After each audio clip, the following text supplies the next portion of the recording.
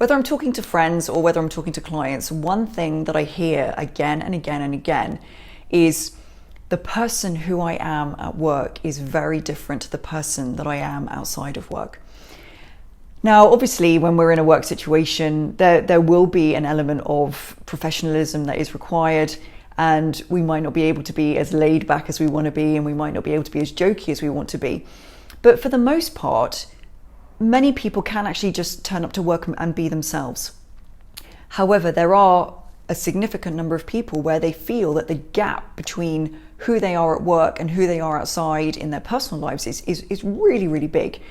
Now, the problem with that is that they go to work, and because they are acting and pretending and performing all day long, by the time they get home, they are exhausted because it requires so much energy to pretend to be someone that we're not.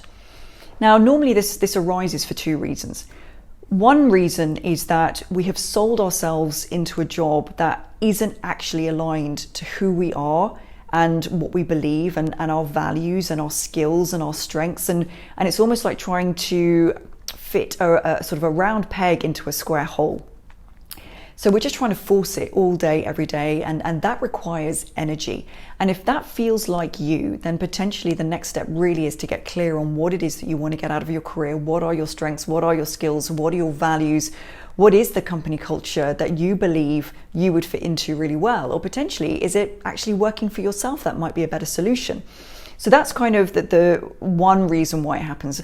Another reason it happens is sometimes we go into organizations with beliefs around who we think we need to be in order to be successful. And I'm going to hold my hand up. This is something that I've done myself.